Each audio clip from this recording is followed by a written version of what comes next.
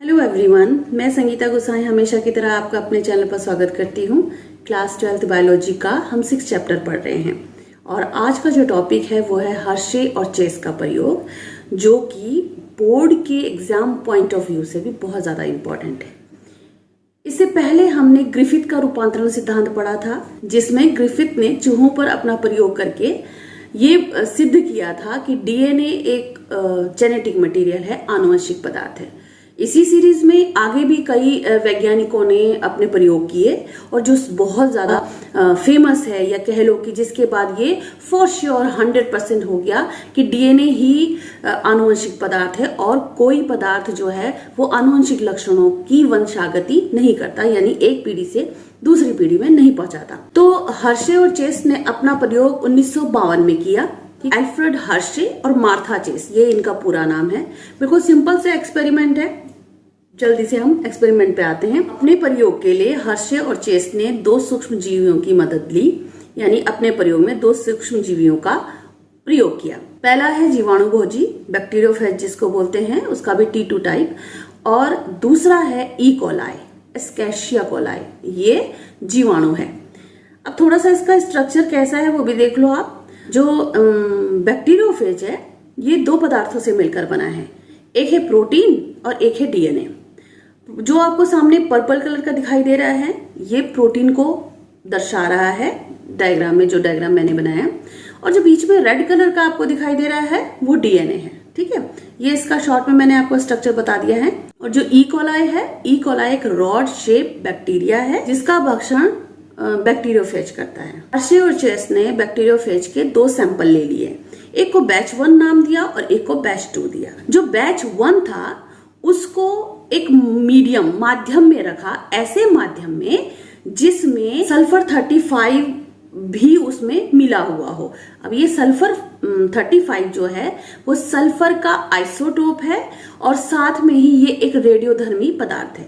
रेडियोधर्मी पदार्थ वो पदार्थ होते हैं जो रेडियो एक्टिव रेज यानी रेडियोधर्मी किरणों का विकिरण करते हैं। ठीक है, अपने न्यूक्लियस से लगातार विकिरण करते रहते हैं। तो आप उसको आसानी से जो है वो उसकी पहचान कर सकते हो, आइडेंटिफाई कर सकते हो। ऐसा ही उन दोनों ने दूसरा बैच भी लिया। ठीक है, सेकंड सैंपल लिया। उन सैंपल्स को उन्होंने ऐसे माध्यम में रखा जिसमें फास्फोरस 32 हो, है ना। और फास्फोरस 32 भी एक रेडियोधर्मी पदार्थ है फास्फोरस का। ठीक है, सेम जैसे कि सल्फर का है। सल्फर और फास्फोरस के ही रेडियोधर्मी अपने प्रयोग में इन दोनों ने क्यों लिए?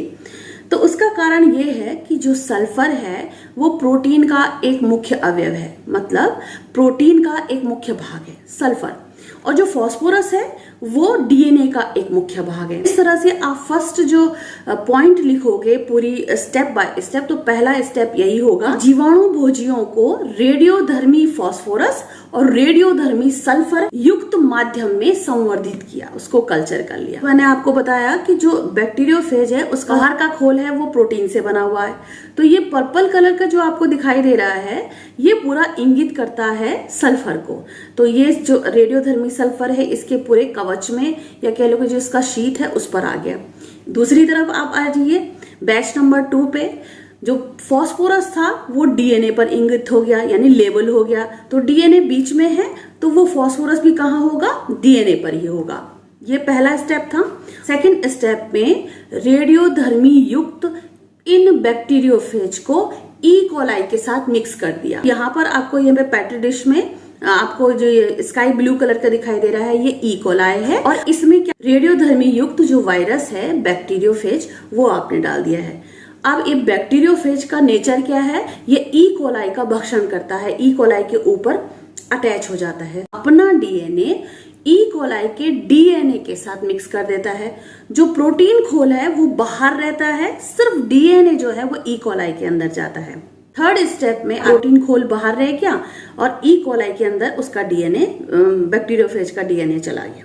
ठीक है, अब उसको एक सेंट्रीफ्यूगेशन मशीन के द्वारा, या कह लो कि अपकेंद्रीकरण यंत्र के द्वारा उसको घुमाया जाता है। सेम ऐसा ही जैसे मक्खन निकालने के लिए मदानी घुमाई जाती है, या कह लो कि मिक्सी जो ग्राइंडर होता है आपका मिक्सर ग्राइंडर, उसको घुमाया जाता है। अब इससे क्या होगा, जो प्रोटीन खोल है वो अलग हो जाएगा और जो ई कोलाई है वो अलग हो जाएगा।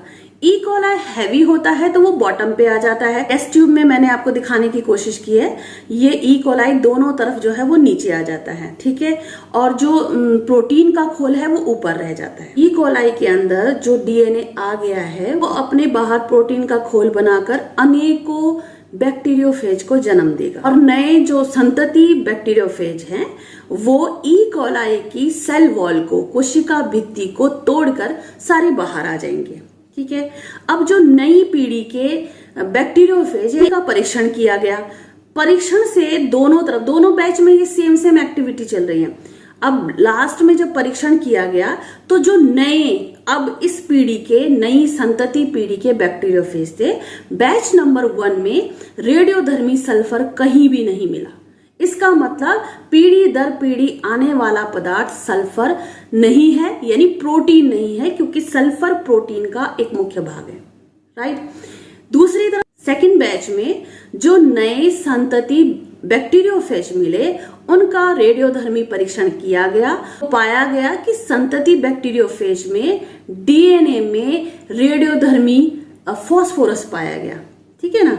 इसमें सेकंड बैच में वो रेडियोधर्मी पदार्थ पाया गया जो पहली पीढ़ी में जिसके साथ संवर्धन किया था बैक्टीरियोफेज का। इससे रिजल्ट निकला कि जो डीएनए है वही एक पीढ़ी से दूसरी पीढ़ी में जाता है, यानी डीएनए आनुवंशिक पदार्थ है। 100% श्योर हो गया, यहाँ से प्रोटीन नहीं है। इस तरह से ये जो टॉपिक है हमारा खत्म हो गया।